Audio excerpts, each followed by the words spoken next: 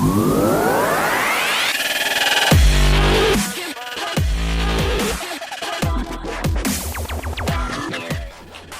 this is the Black Hat coming at you. I'm going to try a little bit of a different recording strategy. The sound you hear behind me is from Ben Sounds. It's his dubstep sound, and he offers those sounds on Creative Commons license. So go over to bensound.com and take a look at those. I'm gonna try to do some things a little differently with the podcast this time. We're going to have some background sounds. We're going to go through this program called Boss Jock, and I'm going to try to figure out how to use it. And we are going to see what the result is. So here we go. I'm going to be looking today at Dave Rubin's interview with Stephen Fry. There's so many juicy little pieces of good philosophy in here that I thought we would take a look at them and see if we can learn a little bit from the genius that is Stephen Fry. So I'm going to let Dave and Stephen take it away. Stephen Fry is an actor, author, comedian, activist, and former Twitterer. Stephen, thanks for joining me. It's a pleasure, David. Nice to be here. You are giving me 10 minutes. We're on Larry King's set. Yeah. I got a bonus 10 minutes with you. I'm very excited. I thought you were about to say you had a boner. I do have an effect on people, but that's really strong. Well, give me a couple minutes. Okay, good start. Yeah. So Dave tends to be extremely straight-laced. And Stephen, being a member of the Footlights, I believe back in Oxford, he knows how to put a joke out there, so he gets Dave immediately going with the boner joke. I thought you were going to say that you had a boner. So that's the beginning of this, is we're talking about boners. But then we go into, he gets into some really deep stuff. We talk about colonialism and the Enlightenment and the infantilization of America. And he does this brilliantly, Stephen Fry does, all in 10 minutes. So let's just go to the next clip and bask in Stephen Fry's brilliance and really Dave Rubin's brilliance as an interviewer. Everything that you're about, that I know about you, are the exact things that I talk about on the show all the time, about atheism and free thinking and secular values, all of these things. Do you fear for these things right now? Because I think they're in a very precarious position. Yes, I do, David, actually. And I suppose one would bundle it all up and say one fears that the advances of the Enlightenment are being systematically and deliberately pushed back. Not deliberately by everybody, because quite a few people who are doing it don't even know what the Enlightenment was. But, I mean, America is an example of a country that was founded on principles of the Enlightenment by people who had read Kant and Paine and the philosophers Voltaire and others who had opened up the idea of free thinking and casting off the shackles of ecclesiasticism, I suppose, of being ruled by the church. Mm-hmm. And America was the great experiment in which all this was to be put into the form of a state that was benevolent and free and open and not ruled by religion and not ruled by enforced thinking. And it all went horribly wrong.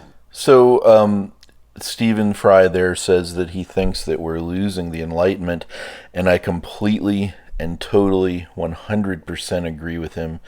The Enlightenment, the one thinker that he really left out there, and I know he's just speaking off the top of his head, so I'm not taking anything away from what he said, but the one thinker that I think he really left out there was John Locke. John Locke and his Life, Liberty, and Property, which we still follow today, and really libertarians have latched on to the ideas of Locke, and they are looking at life, liberty, property, and really one other thing, the non-aggression principle. So these things really are what the Enlightenment is about: free thinking, not being ruled by God or the state, free action, free association. These are all parts of the Enlightenment, and we have this hideous need to censor on the left and on the right, but mostly on the regressive left. There's still some authoritarian right-wingers out there who want to control, the kinds of words that are in movies, whether homosexuals are on TV or whatever. But really, it's the regressive left, and they're forced to change pronouns and say that white people are always racist all the time. These kinds of really animalistic group thought ideas that the regressive left has, are where we're losing the Enlightenment. Let's listen back in now on Dave Rubin interviewing Stephen Fry. Yeah, I'm not saying America's went horribly wrong. I just mean that, it went horribly wrong, unfortunately, in terms of within 100 years, sparking off the most bloody civil war in human history. Just as an internecine conflict, nothing had been bloodier, as you well know. So that was a bad thing. Yeah. Somehow then crime, gang violence started in Chicago and New York, and of course the West was opened up in the bloodiest way imaginable, with genocide and gunfire, and the beautiful, calm marble pillars that you think of, the elegant, harmonious sort of architecture, both intellectual architecture and physical architecture, that America was supposed to represent, became so blood-spattered. Yeah, so you're saying we're not a perfect society. So, and I agree here, we definitely have our wrinkles. I've been doing some research on an article about Black Lives Matter, and one thing to bear in mind when you're talking about race issues is that the country really was established in a sea of racism, if you will. The Constitution contained within it the idea that, for example, that slaves were only worth 3/5 of a person. Jim Crow laws, even after the slaves were freed, the South kept them in de facto slavery.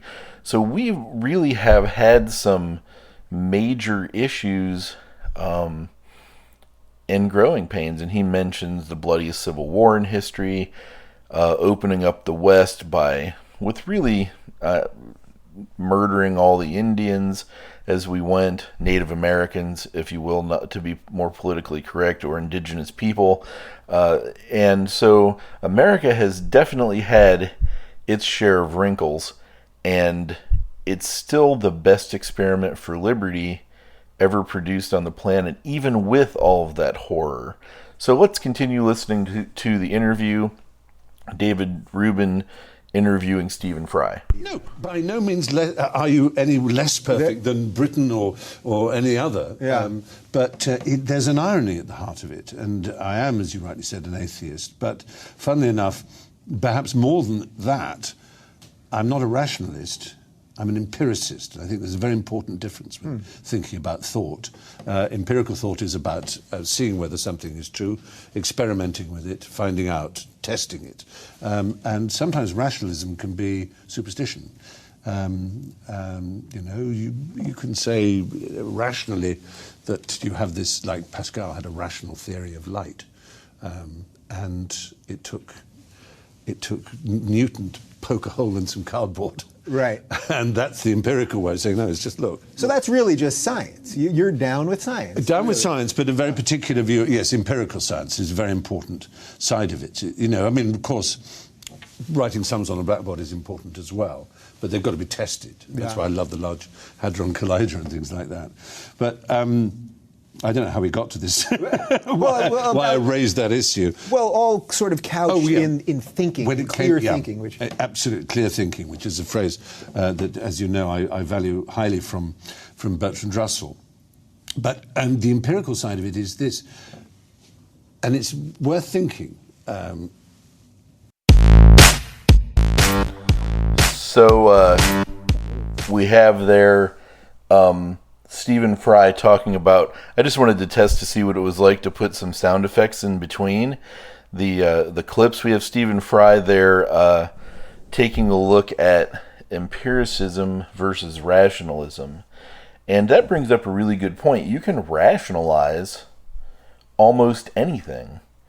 I think the left does a great job in coming up with twisty word arguments to rationalize their lack of logic, their doing what they're telling other people not to do, like calling all white people something, is just as racist.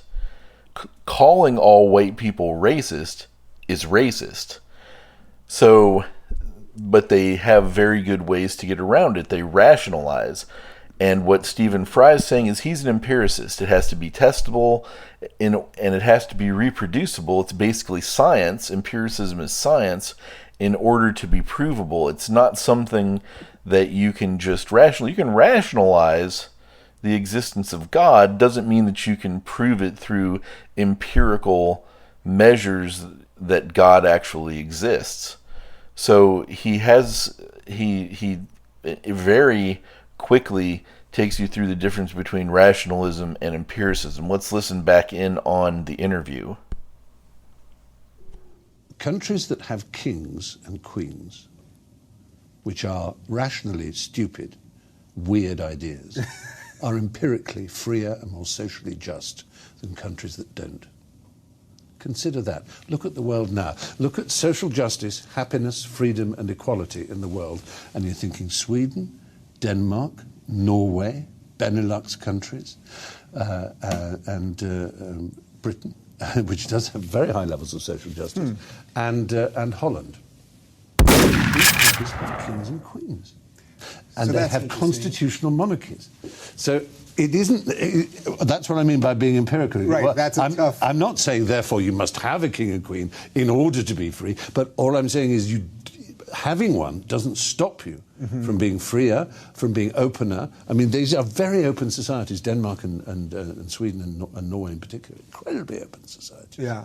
But they're suffering a little bit from their openness, aren't they, right now, with all this immigration stuff? I mean, it sounds like some of the underpinnings of it are... It is becoming problematic, there's no question. But and so similarly, I am not necessarily in favour of separation of church and state. And the reason I'm not is that I come from a country where church and state are absolutely like that. And is the most secular society I have ever experienced, has the highest level of atheism anywhere. Yeah. And America has separation of church and state. And not only do they all believe in God, they all believe in bloody angels. Yeah. 74% of Americans think angels walk on the earth. Yeah, you told me before. I'm sorry. You told me before we started you're moving here half the year. I think once you really find out what that's about, you may push that down a little bit. I love this country. Don't get me wrong. I mean, you love it, what you mock, you love. You wouldn't, I wouldn't mock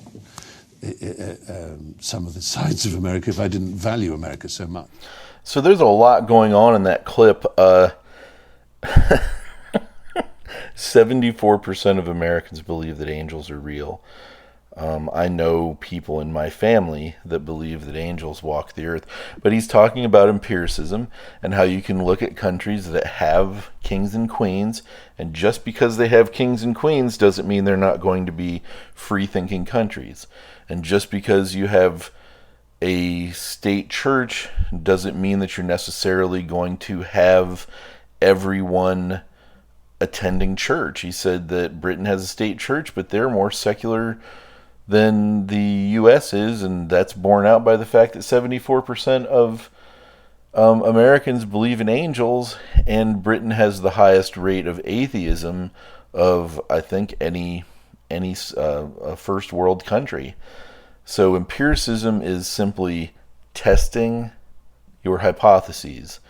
You can't just shit stuff out and have it be true unless you're a leftist saying that there's a patriarchy.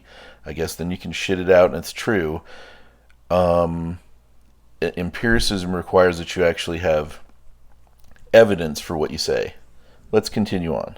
One of the movies that you've been in that I absolutely love, we talked about it a second ago, was V for Vendetta. Yeah. And interestingly, in V for Vendetta, it was the authoritarian right that was coming after everyone's rights and everyone's speech. And there's an amazing scene with you, and you have this Quran that you're talking about, and you say you love the imagery of it and all of this, but it's the right that's coming after it. And I find in America right now, it's the left, what people are referring to as the regressive left, that seems to be coming after language and speech. Do you see that? Is that happening across the pond too? I suspect it is. We fear that it's going to happen more and more because America leads and Britain follows in all kinds of ways. And I think it started to happen in Britain with the removal of, or the attempted removal of, statues of people who are considered unlikable. That were once very beloved. Once beloved, and have become, in a very 1984 way, unpersons. So, unpersoning people can happen either on the regressive left or on the authoritarian right, because the regressive left should probably be referred to as the authoritarian left.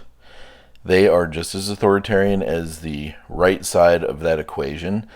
V for Vendetta figures in a religious, conservative, authoritarian society, and the regressive left, if you look at the kinds of things that they believe, they are religions.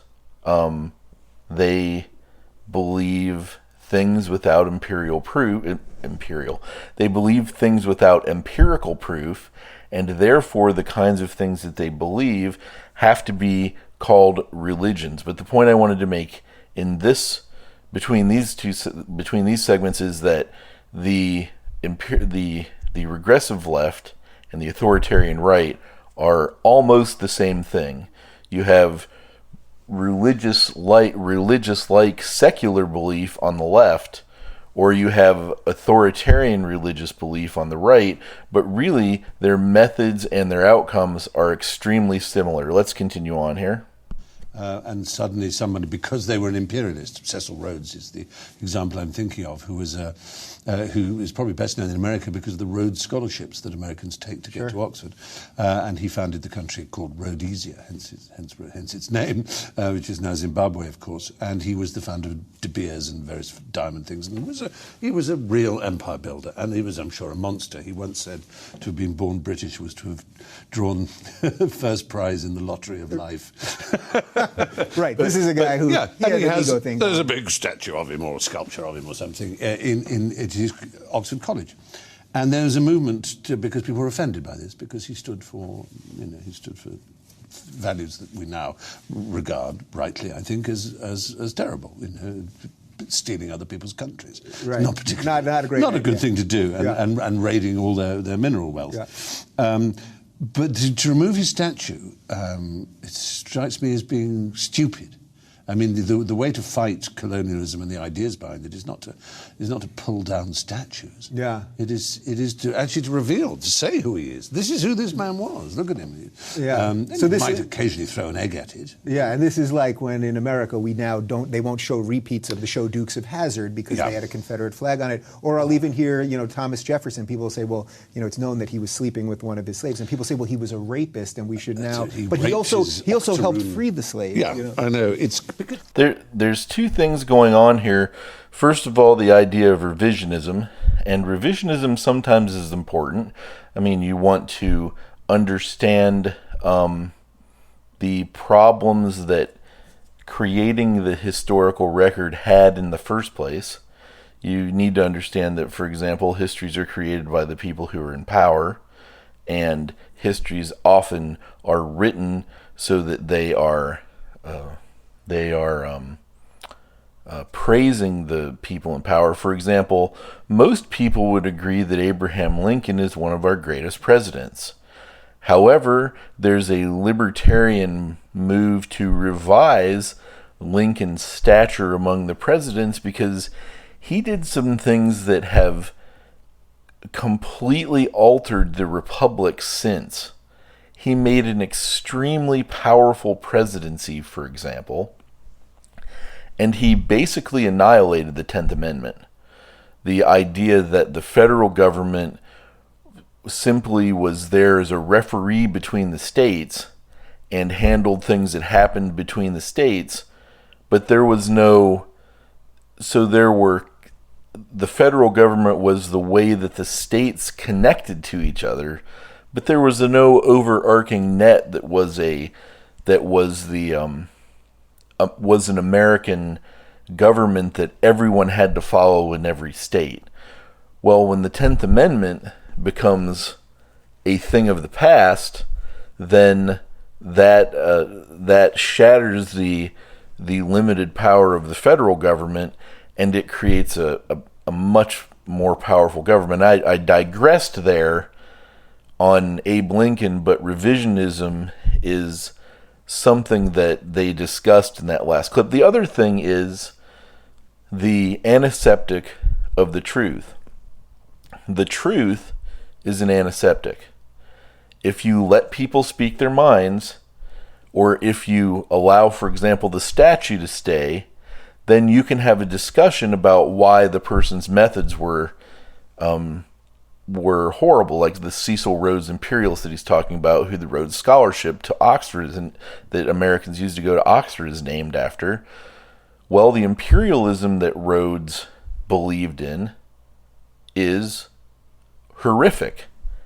And by leaving the statue there, that exposes the imperialism to be talked about and to be argued for or against.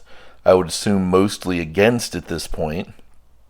I think there was a commentator that I heard who said that in Britain there was a party that was extremely racist, and the BBC wouldn't let this person go on.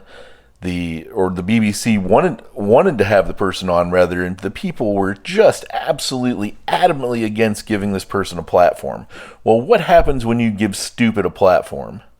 When you give stupid a platform, stupid speaks. And when stupid speaks, it can be torn apart. That's what happens when you give stupid a platform. So the BBC was absolutely correct in giving this racist party a platform, and when the leader got up and spoke, they had widespread support, and I think they won a seat in Parliament from some town or whatever. The instant that person was given BBC airtime and that person spoke, they exposed the party for what it was. A lot of people just thought it was a nationalist party. They didn't realize that it also had a heavy strain of racism to it, and once they heard this person speak, then they realized that the racism was there, and they could examine it in the light of the truth, and guess what happened? That party lost all of its support and is almost completely non-existent in British politics today, because the ideas, the stupidity of the leaders was given a platform. Then people were able to make their own decision. Okay, let's continue. This is the last clip that I have of the interview that Dave Rubin did with Stephen Fry. Life is complicated, and nobody wants to believe that life is complicated. Yeah. This is the problem. I suppose you might call it the infantilism of our culture. The food people eat is pappy, soft food that barely needs a knife and fork to be eaten. It doesn't mouth like that, and it's sugary drinks that grown-ups have with baseball caps on. It's a baseball cap. Wear a baseball cap on a baseball field. Right. Nowhere else. Right. Do you understand? And don't drink these drinks once you're over 12 years old. No, just don't. And above all, when you go to the cinema, don't go and see superheroes hitting each other. That's for children. Do you understand? Oh, sounds like somebody didn't get the bad guy role in Batman, Superman. Jeez. I know it does. Yeah. But seriously, there is deep infantilism in the culture. And that extends, you can laugh at it, in terms of what people wear and what films they see, but in terms of the way they think, they can't bear complexity. The idea that things aren't easy to understand, that there's a but there's a ah. You have to think. There are gradations. There are, that no one wants that. They want to be told, or they want to be able to decide and say, this is good, this is bad. I'm saying so. Anything that in any way conflicts with that is not to be borne. Yeah. And on student campuses, this idea of, trigger warnings. There are many great plays which contain rapes. And the word rape now is even considered a rape. To say the word rape is to rape. Yeah. Well, it has an interesting Latin root, and the word raptor comes from the same root, rapine, and there are all kinds of words from it. Violate, these words. They're terrible things, and they have to be thought about clearly. They're terrible things, and they have to be thought about clearly. That whole segment was about the infantilization of the culture.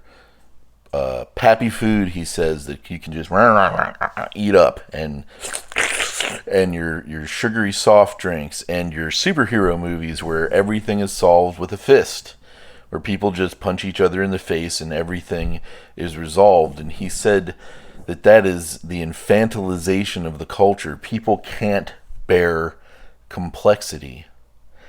And the left is just as guilty of this as the right. The right seems to want to be told that God made everything happen, and it's easy to simply either blame God or praise God for everything that happens. And the right wants to have a narrative that isn't borne out by the complexity of the facts. For example, they will manufacture things like hands up, don't shoot, which didn't happen in the case of one of the early Black Lives Matter police shootings, but because they want to, they don't want things to be complex, or they don't want the truth, the empirical truth of the matter, they manufacture easy answers. The easy answer for a black person who has grown up in a ghetto and doesn't know any way to get out of the ghetto is to blame all their problems on white people who they've never seen, white people who may only have the absolute best in mind for these people, and maybe even be trying to help them get out of the ghetto. It's always the white person that is the issue, because that's an easy explanation. It's a more, I don't want to say this word because it's used too often to mean nothing, or to mean just that my argument is complex, so it's truer. But there is nuance in the world. There has to be an and an as Stephen Fry says, when you're thinking about things. It's not just one simple explanation. I mean, unless you're maybe talking about mathematics and 2 + 2 = 4 or something like that. But there isn't just a simple explanation for everything. Things are complex. There's complexity in the world. Things don't have a simple answer. We're awakening to how the world works through science, and we've really only been doing that for maybe since, we've been using science as a tool to understand the world in its awakening forms, maybe since Galileo and before, but really since the Renaissance, and even really more and more since the Enlightenment, we've been using science to understand the world, but it's only been a few hundred years. And the world is far more complex than all people thinking about it for a few hundred years could even scratch the surface of understanding. So to think that you have all the answers to a question, to think that you have all the answers to a human problem, is just absolutely the height of arrogance. The height. Which is why I don't support socialism. Because socialists believe that they know best how someone should live their life. They believe that they know. They believe that they have all the complexities of human emotion and interaction and society figured out, so they can write laws that prescribe how you live your life, and they know that's the best for you. Well, how do they know that? How does a socialist know that they haven't missed some part of the nuance? How does a socialist know that their prescriptions for your life are the ones that are the truth? How do they know? The answer is they really don't. It's just an arrogant, simple solution that they want to foist on you so that they can be in control of the system that controls you and your economic output. And that's why I don't support socialism. I thought this was an absolutely brilliant interview. Stephen Fry is absolutely wonderful. And I think that he's just a genius. I watched something that he did at the Sydney Opera House. Look, I think if you probably search for Stephen Fry and Sydney Opera House on YouTube, you can watch the same talk that I watched, and it was just absolutely awesome. I'm the Black Hat. You can find me at theblackhat.me. You can find my written blog at hat.liberty.me. You can find the archive for this podcast at theblackhat.me, and you can also subscribe on YouTube. You can subscribe on iTunes, or you can also find me at the Black Hat on Google Play.